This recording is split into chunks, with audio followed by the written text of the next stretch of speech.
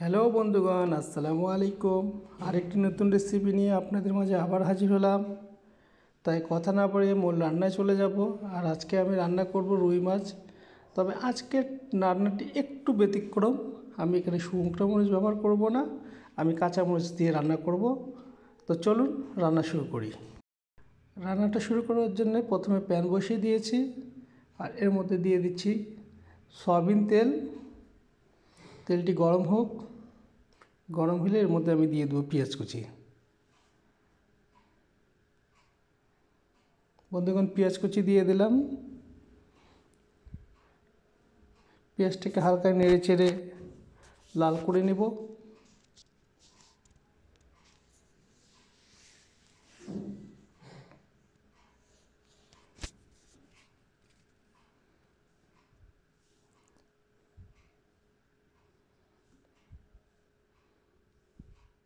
একটু উল্টে পাল্টিয়ে পেঁয়াজটাকে লাল করে নিচ্ছি।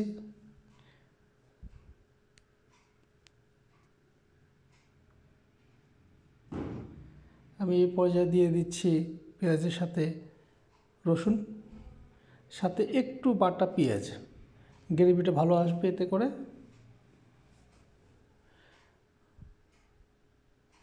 রসুনের এবং পেঁয়াজের কাঁচা গন্ধটা চলে যায়, এই জন্য একটু হালকা ভেজে নিলাম।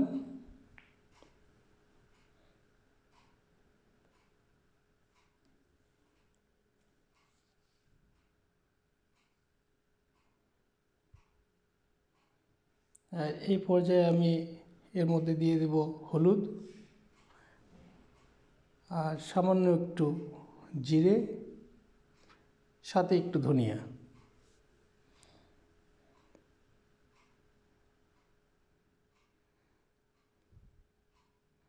এখন সুন্দর করে এটাকে একটু ভেজে নেব।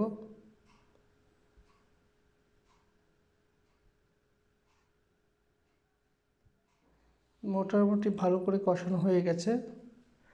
এখন আমি আগে থেকে বেটে রাখা কাঁচামরিচটা দিয়ে দিলাম। যেহেতু মূলত আজকে আমি রান্নাটা করব কাঁচামরিচের ঝাল দিয়ে, এখানে এক্সট্রা কোনো শুকনো মরিচ যাবে না।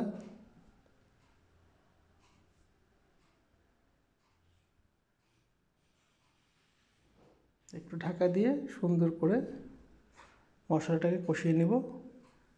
মশলাটা কষানো হয়ে গেলে এর মধ্যে আমি দিয়ে দেবো আমার ধুয়ে রাখা মাছগুলো। আর মাছগুলো আমি এখানে ভেজে নিইনি, আমি কাঁচামাছি রান্না করব। আপনারা ভেজেও রান্না করতে পারেন, তবে এখানে ভেজে না নিয়ে আপনি কাঁচা মাছটি দিলে একটু ভালো লাগবে। এর স্বাদটি হবে একটু ভিন্ন রকম।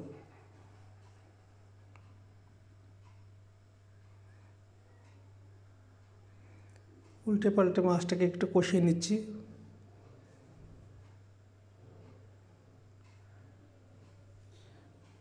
এই পুরি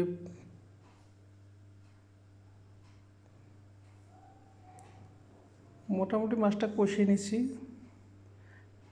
এর মাঝে আমি একটু সামান্য পানি দিয়েছিলাম।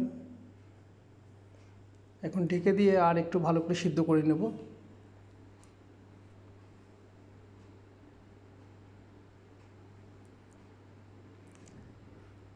আমি একটি বড় সাইজের আলু কেটে নিয়েছি, আর এর উপরে দিয়ে দেবো কিছু টমেটো কুচি।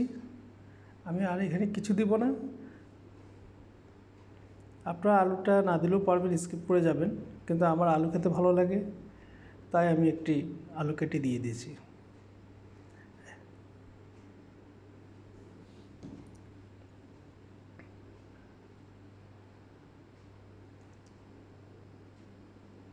অনেকে অনেকভাবে রান্না করে থাকেন, তবে আশা করি আপনারা একদিন এইভাবে রান্না করে খাবেন, বেশ ভালো লাগবে। এখন আলু, টমেটো এবং মাছ পুনরায় আবার সিদ্ধ করার জন্যে একটু পানি দিয়ে দিলাম।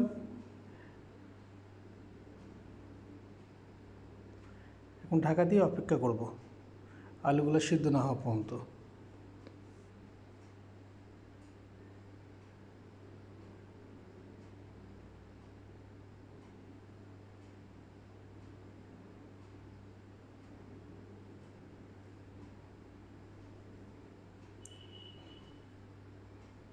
আলুগুলো মোটামুটি সিদ্ধ হয়ে গেছে। উপর দিয়ে ধনিয়া পাতা ছিটিয়ে দিলাম।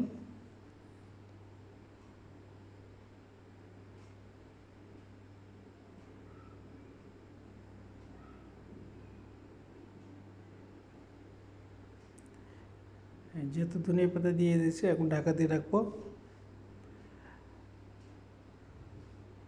আর হ্যাঁ বন্ধুগণ, আমি বলতে ভুলে গিয়েছিলাম, আমি কাঁচামরিচের সাথেই লবণটা একবারে দিয়ে দিয়েছিলাম।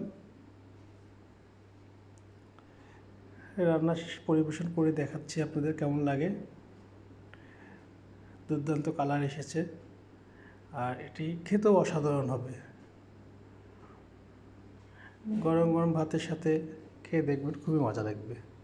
যদি আমার ভিডিও ভালো লাগে, অবশ্যই আমার লাইক, সাবস্ক্রাইব